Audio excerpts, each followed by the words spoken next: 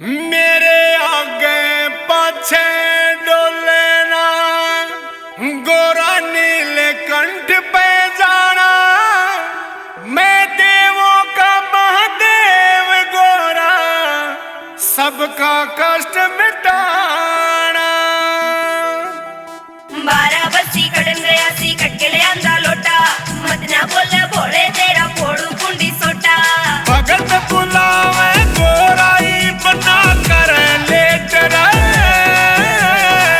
भंगिया पी गए, भंगिया पी गए, भंगिया पी गए भोला होया अप टू डेट रे। भंगिया पी गए भोला होया अप टू डेट रे।